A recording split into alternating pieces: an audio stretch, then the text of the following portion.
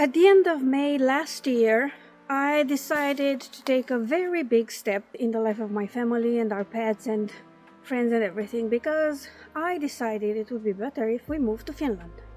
And today I am going to explore a bit of why an author, social media consultant, artist, crocheter from Romania decided to make this rather bold move. Please remember that I'm in my early 40s, so I'm not exactly what you'd call a spring chicken anymore, but yeah, I thought this was the best choice we had at the time, and took a chance. I gambled on this, and now here we are. I'm filming somewhere on our beautiful property in the Upaja region of Finland, and it's a rather warm day for winter in Finland, and it's a bit dreary and cloudy and there's not enough snow, but still have the forest right behind us, still have beautiful trees even on our property, so I love it. Now, in order to keep some sort of structure in this video, I will talk a bit about why I decided we should move, about the whole logistics of it, why we chose Finland, and how it's been so far. It's not quite a year yet, but I feel like so much has happened. It feels like a long time has passed, and at the same time, not really that much. So first, let's start. Why did I decide to move us here? And I say I decided, although this was something we discussed between ourselves, Mike and I. The dogs and cats really didn't have a say in it, because they can't talk, otherwise they would have probably been invited at the table. And we did talk to our parents as well. I did get some feedback from friends, and yeah, at the end we decided this was the move to make. Mike trusted me with this, and I trusted myself with this, and it didn't take long. It didn't take very long at all, but we decided to do this because, well, there were a lot of reasons, mostly having to do with how I felt in Romania, as in how I felt living there, how I felt thinking that at some point we might have or adopt a child and raise him or her or they there, which, well, I wouldn't wish that upon my biggest enemies, especially if they're any sort of neurospicy. Sorry, I'm kind of like, I thought to be cute, but it's really warm and I acclimated here, so now I'm getting warm outside in 1 degree temperature because I have a jacket on. It's not even my thickest jacket. I did feel quite hopeless when it comes to having any sort of trust. My country of Romania would ever get to a point where I felt at home there and accepted and loved, and that I was among my peers within my lifetime. Maybe later in the future it will happen. We don't know. We shall see. But I felt like I gave it a good run. I gave it quite a few shots, and now I felt like I should just do what's best for my family and I. It had to do with people and how they behave and their mentalities and their political choices, which, if you're into world politics at all, it might make sense at this point, where it's apparently perfectly okay for a former and possibly future presidential candidate in my country to do the Hitler SS salute. I don't think that's wise, but whatever. But, the political aspect is just a part of it. It mostly had to do with mentalities. And when I was a bit younger, like in my late 20s, early 30s, I thought it was a generational thing, that my generation and the generations after me would change their mentalities. But then, talking to people who are younger than me, I realized, no, it ain't gonna happen. They're fine with the status quo, and they adapted to it and they don't want to change it. So, not great. The healthcare is like 50 years behind at this point, unless you're really lucky to find like really great people. The medical healthcare side of things, well, it's free healthcare in theory, but in practice, you have to get really lucky or really know of really good doctors to figure shit out. Like, I spent 25 years of my life trying to get the diagnose for migraines that were created by the simplest gallbladder issue in history. My husband had to self-diagnose himself to figure out he had celiac disease. It's a simple blood test, by the way. It's not anything esoteric. And if you've been with me before, you might know a bit of my struggles of figuring out what's wrong with me mentally. It wasn't even that complicated, really. It was me being ADHD as all hell. But apparently in Romania, if you're a grown-ass adult and you can sit in a chair for 30 minutes, you don't have ADHD. Especially as a woman, that's freaking insane. But whatever. Things were progressing at that point. We were living in our own apartment that, well, it was owned by Mike's family. We had 2 dogs. We'd adopted cats as well. Well, other than Ares, who I got because I wanted a big dog that looked like a wolf so that I could go everywhere and feel safe as a tiny little gremlin. Or gnome, if you want, which would be like my real race. I'm a gnome, if you didn't know. Yeah, I could feel at ease everywhere at any time of the day because I was single at the time and it was just me and Ares for quite a few years. So yeah, other than Ares, all our other pets are rescues. At the end of the day, maybe, if I had a different way of life or different needs to feel fulfilled and like I'm not failing at adulting just because I can't be like every other neurotypical person, I might have chosen differently, but there were signs of some things moving in the shadows and maybe the political spectrum turning a bit extremist. And I looked at my husband, I said, we're neurospicy, I'm bi, our children might be anything on the sexual orientation and gender spectrum. I don't want to have to deal with that here and see them struggle or choose between a very flawed and horrendous public education system and homeschooling, which I don't think I'm patient enough to do. Maybe my husband is, but we're both pretty low energy because of our ADHD, so that wasn't the greatest thing. Now, this is all the why. It only explains the part about me wanting to move out of Romania. Why did we choose Finland? Because Finland is a country that I had never visited before. I knew some stuff about Finland, definitely not enough, but it was just kismet, I guess. A few years back, I wanted to finally find a game that was massively multiplayer, online, fantasy, kind of, and that would replace my need to fill the whole World of Warcraft left in my life when I stopped playing it for various reasons. I didn't like how the game had evolved, I wasn't that into it anymore, and I never found the community quite welcoming. So my husband, who's adorable and I love to pieces, he decided to try a few things, like explore the market and suggest stuff to me. And the first suggestion was Final Fantasy, the online version. I played it for a bit. I really didn't get into it that much. It's not that it's a bad game, it's just that it wasn't what I was looking for. And then I gave up on that, and after a while I went crying to Mike again, like, oh, I really want something. And I'm sort of a one-game girl. Like, I find one game that I like and I just invest all my gaming time into that.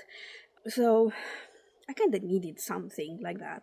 The only thing I had in my life was Heroes 3 that I sometimes played with my husband and my best friend Adi, or the bear as we call him, who was also my man of honor at my wedding. So yeah, it was the 3 of us playing Heroes 3 for a couple of hours a night, but it wasn't very often, and I did had a very different schedule than ours, and then he started dating and he had a relationship and he had to accommodate for that and his mom and everything going on in his life. So he couldn't just play with us all the time. And Mike would play other games that I wasn't that interested in playing. So yeah, that's why I really needed something that I could just immerse myself into, be able to play when no one else would play with me and stuff like that. Long story short, Mike recommended Elder Scrolls Online. I started playing it, hated it at first because I only had 5 actions and I was used with the big bars of all the freaking spells I had in World of Warcraft 10 million years ago. But I kind of fell into it. At first, I did play with Mike and Daddy again, and then we found a guild. And I found myself experiencing something that I thought was maple if it only existed in books. The kind of guild where you find like your people you're in tune with, you can bond with, form friendship with, and people that give you the confidence to try stuff that are out of your comfort level, because I was never a great gamer.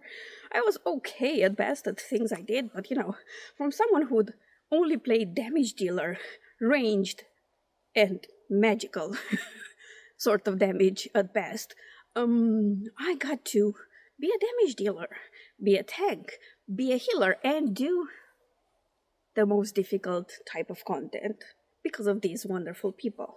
And I did get along well with everybody, but there was a tighter group of friends that I had, and 2 of those friends were a married couple from Finland. And a few years ago, when we were trying to, we wanted to move somewhere in the boonies, like we are here. Of course, in Romania, it cost way more. Like, I think we would have paid for just the land more than we paid on this property entirely. Because we did get very lucky here. But it was also in order to get this kind of space and isolation I craved, especially after the pandemic and the overexcitement of being outside after the pandemic that other people experienced, not me. We would have had to be very far from any sort of city or town, a bigger town. And we would have had to completely change the car we drove because we would have needed a 4x4. So yeah, that wasn't great. And we were also kind of looking at land and what we could build on it. And one day, while chatting with my Finnish friends, they were like, oh, for the budget you have there, you could get this or this or this in Finland. And I was like afraid of, oh yeah, but isn't it very cold? And they were like, yeah, but you get used to it. And I was like, yeah, but I want to garden and plant stuff. And they were like, yeah, we can do that in Finland too. It's just a shorter season. And at the point, I just put it all to sleep. The whole plans we had for Romania changed. And then as I was getting more and more disillusioned with my life in Romania and the fact that I felt like we and a very small circle of friends didn't quite fit in with the rest of the society there and the majority of the society, and we just needed different things to be happy. I started to joke with Miyuki, my friend, and sometimes her husband too, Zam. Those are their gamer names, so yeah, not exposing too much here. I was joking about just running away from home, packing my dogs and running away from home and just coming here. But then I was like, yeah, kind of like Mike and the cats, so maybe we could move together. And it started with a joke in late 2023, and I think I reached my breaking point around the end of January last year, so about a year earlier, end of January, sometimes in February, I reached my limit, and I was like, this is my breaking point. I want to go. Mike, let's just move to Finland. There were some financial things at play as well. I knew we would get like a certain sum of money coming in the form of a loan, and that would have been enough for us to live here for a while. So I kind of started planning at the end of February, start of March, and by May 17th, we were in Finland, in the Kemio region, in our new rental apartment. The saga of that road trip was, oh my god, like I had a very limited time frame to plan everything, but I planned everything religiously. I found a place for us to sleep for the night. I had rented this place that we lived for like 5 to 6 months in advance. It was paid for 2 months in advance. I had booked our ferry, I had booked everything, but then best laid plans, it all went to shit.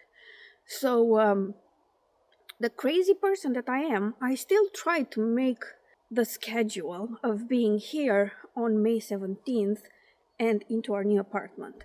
I don't know why. I think I was so afraid that I will either change my mind or something would happen if I delayed the trip by any amount of time, that I was like, we have to do this. And of course, a lot more things happened. There were delays with my, not repairs, well, some repairs, some fine-tuning of things with my car to get it road ready, like oil change, water pump I think is what we changed.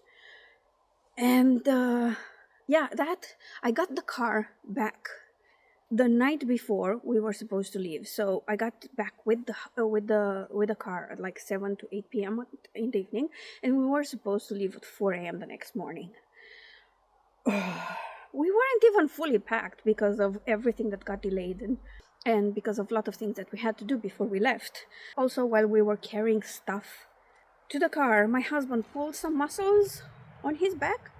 So we were both tired and exhausted, and he also couldn't help me carry stuff to my car. But somehow, I don't know how, people, like I can't imagine how, I mastered Tetris that car into holding two tables, like desk style tables, both of our PCs, 4 monitors, some arms that hold our monitors on our desks, clothes, some dishes, oh yeah, and 2 dogs, 2 large dogs, with their food, with their stuff, and with everything else we would need for our life here. Oh yeah, 2 air mattresses too, and like pillows and duvets to cover us for the first period. And then I drove for the 2,500 kilometers we needed to drive for our entire journey, and like I completed it in 2 days basically. I didn't sleep for more than 1 hour because I was desperately trying to make first the hotel. We didn't make the hotel. We had to, like, yeah, it's fine, they took our money, it's fine. But then we couldn't even make the ferry for the simple reason that there was a huge traffic jam in Tallinn. So we spent like 30 minutes stuck in traffic 300 meters away from the check-in point of the ferry. It was so horrendously annoying. So we lost that too. Luckily we had another ferry an hour later. We met up with Zam, because Miyuki was working, of course. She was always working, poor thing. She was super busy, but Sam came to, greet us and take us to our new place. And that's when I found out there were moose roaming freely in Finland. Did I tell you I didn't know much? Yeah, I found out by way of Sami telling me, oh, we might have moose jumping on the road while we drive to your island home. I was like, what? Yes, would you like me to be the moose plow? Which pretty much means him driving in front of me. He did!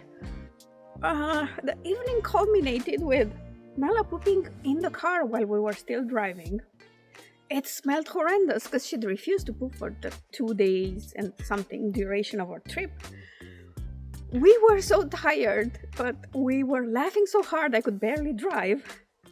We stopped, we got her outside, cleaned. She pooped again in the woods, which was like, I was like planning on doing that. At some point getting her to poop in the woods, not just inside for me to scoop then. And when we left there, a moose jumped in front of Sami's car. He avoided it, but I got forever scared of moose jumping in front of me. Mostly because I hear accidents with moose being one of the party are quite dangerous and sometimes fatal. But more than that, I was afraid I would hit the moose and it wouldn't die and I would have to see it put out, which is like, no. Like, I know it's in pain, I know this just puts it out of its misery, but I can't deal with that. So I was very careful. We then found out the same can happen with deer everywhere, and by the time we were driving into our apartment complex, the biggest, hugest two rabbits I've ever seen in my life just jumped in front of us and then across the lawn of the apartment complex. That was when I found out nature is everywhere in Finland and very close. I mean, you'd think it's not something that happens in the bigger cities, but a few weeks back, there was a warning for a wolverine, which shouldn't be this far south, by the way, roaming in Turku. And it was warning people, probably mostly the white women, that even if it's pet-shaped, it's not a pet or a friend, and stay away from it because it will freaking scratch your eyes out. That was one of the great things I found out the moment I arrived here. And then it kept going like that. We had plans of what we were going to do. We made sure we had an internet connection when we arrived. We chose the provider that our landlord recommended. It didn't work for us at all. It was like back into the dial-up days. So we were, okay, let's change to the other provider, because Zam, our friend, had both networks, and he tested the second one, which is Telia, our current provider, and that worked. We had great internet for a week, and then midsummer came. There was horrendously strong wind, especially in the area where we lived, so it flattened one of the antennae that Telia had in the area, so we were practically without any stable or reliable internet for the rest of the summer and autumn, although they said initially they will fix it in a couple of days. I doubt it's still fixed now. And as the area of it was shrinking, of the shortage or the internet not working, it just shrank around us. But it was never fixed where we lived. Well, a few hundred meters in the woods, if we would have liked to just carry our computers there and somehow find a plug, that it was working perfectly. So yeah, that was great. It led me to pivot into in-person crochet markets, like farmers markets, crafters markets, things like that. Great events. We made enough of those to support ourselves. Mike did some programming and coding on the side whenever the internet was working, but it was something that went against all plans. Even when we bought this property, because we decided we'll sell our apartment in Romania and buy a property here, because we decided, yeah, we're not moving back home, we like it here, we want to stay.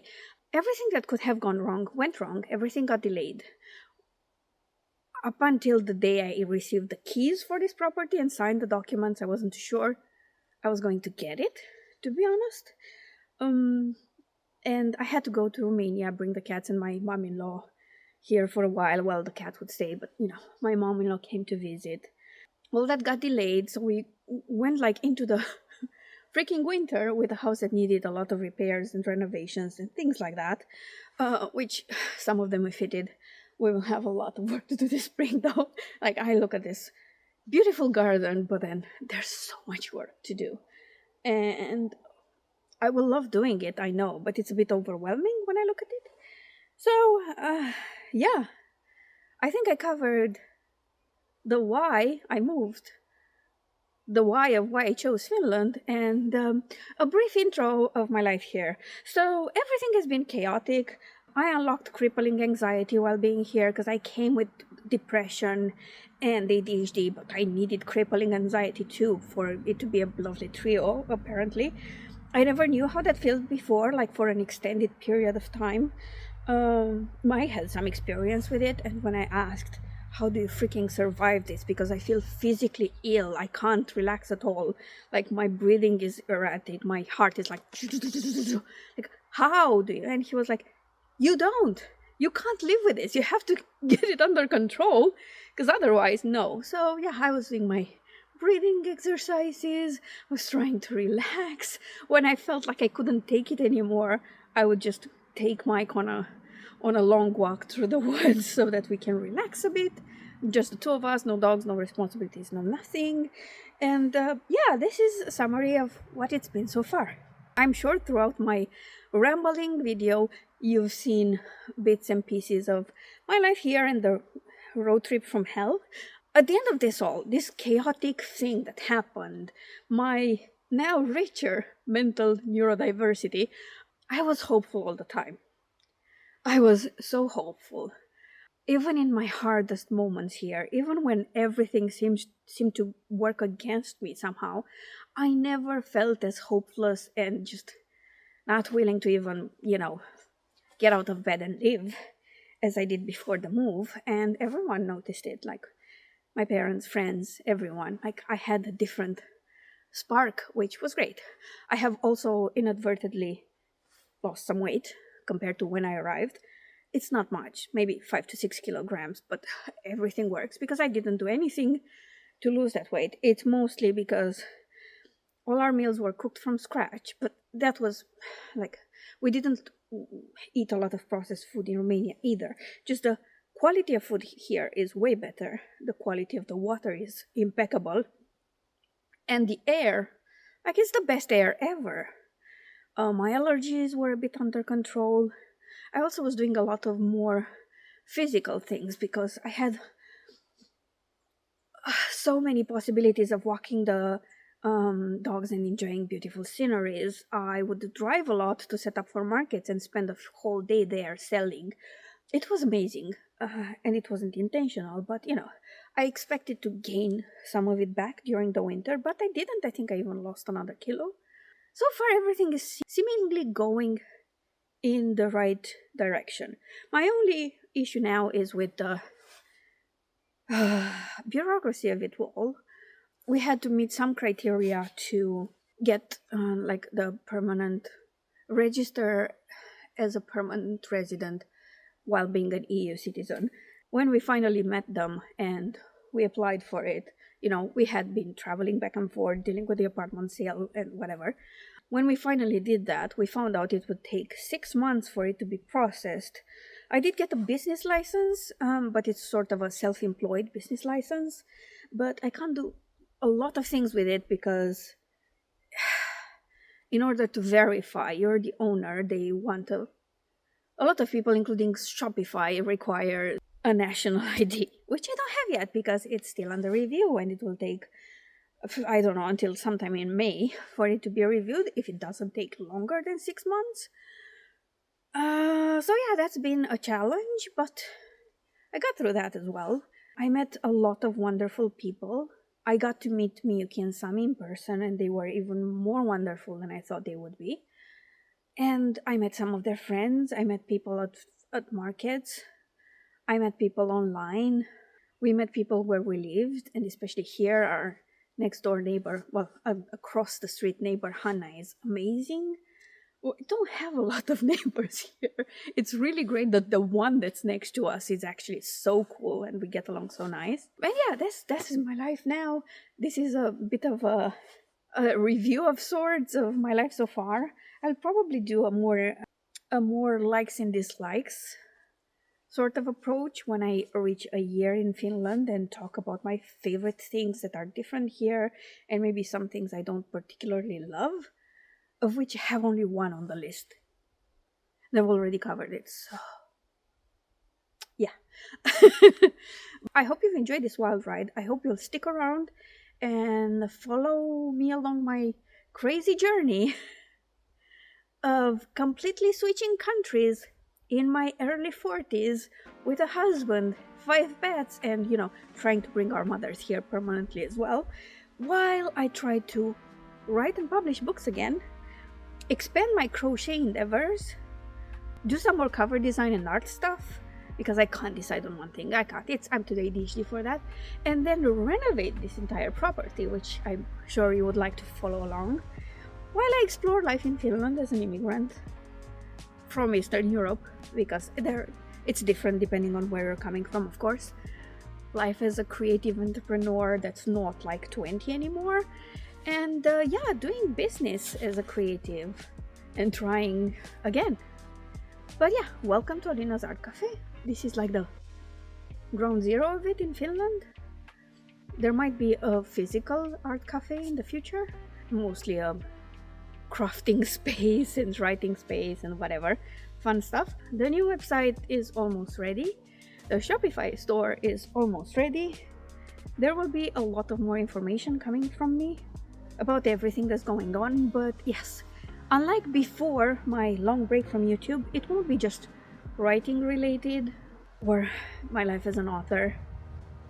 I want to focus on creative self-employment and entrepreneurship, and maybe looking more into what's different in the approach of someone who's neurospicy and can't just focus on one niche, because that led to a huge, horrendous burnout in the past. And yeah, let's see how we make all of that work. Follow me in my new gardening era, I guess.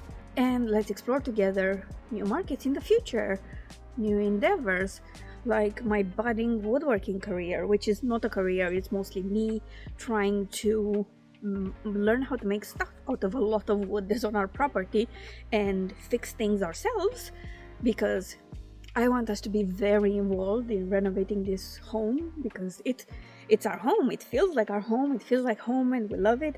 And I would like to know that I had my own effort put into everything that's built here. So yeah, hope you've enjoyed this. I will see you soon. Bye bye.